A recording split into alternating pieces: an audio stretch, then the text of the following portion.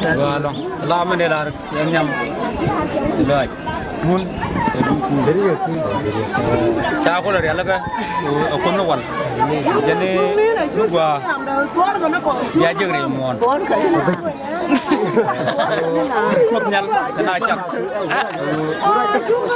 kon jegre mon belu dugulo pit ni nyal ya belu pit ka ga do te ga jene ya biet kon ko pero dit nyal mu cha yu kweng pin kana ben dit de real kwan ke de o kwani bel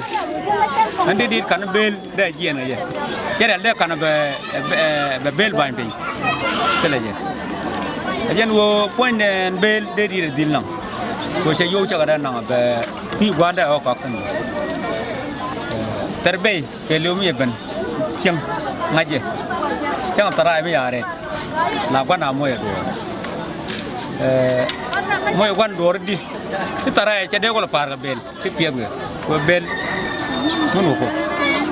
ke sia bien ti ko do bi sia ru ti mol yu tar ga te ti ko munu ala pon mon munu ko yo mi yo la bena dem ci wala ko no ko ko sak yo ko bien munu jin du do lo je ko je mun chang kon job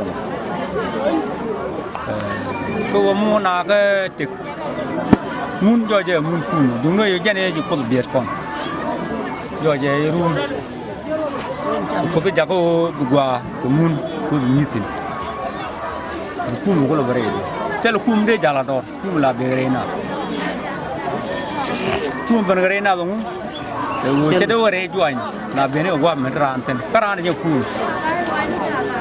yani de ko lo gwa no ne de ku mara man ne je gwar man dan je yalla ga de jojin ur gwam ben bi yalla ga ka ta na na Allah shi man kon ku ne gwa de ne yote ke area ko shi ne yalla ga ku ne je run choko jen diene dorna donc ju kwando no yu liu ngom ke ga ro bo ke ya ngom choken ka pin no wal kon pini kwa de tin ma da joy ki ti pia do ne la mune daga ba chona gu ba ne ku bu yurun ke choko ken ba ko lu da joy ne ba kwang ku ne tin ba balar ku me biaw gom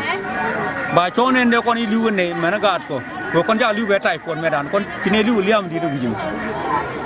de gat go de gwam ba ne latan ba ko lar ku me yen ba la gwam yen ande jende lar yen ji ti ya ko wi ma chale yuli run mu joja ba ne wu ba lar yen biaw gwam ala video me kie surne me bialing ka klil wo ka gon dial wo chalar ka mu chale yuli an ala pe rada batong ko ne jen gwam ba ne latin bene di gor ba ne gwam te kul nang ne char niam ko run mi che to ko char ko ne gwam da ne tin ba di lar ala wan ki loy te long ke jen kubri me ko ci gar di dil ngar ci wala ga bene dial bi wo ke bram don te dor tong mi ban be lar won ne me kubri da nyok tel ne me dong me de ne lar gol ga arun mu jojane ne chienda o bi ko nala balaro ne continue ko fot andorme kale dora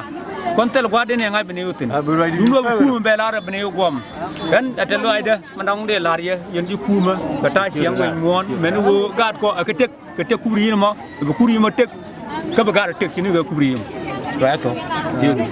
salo chan ko ku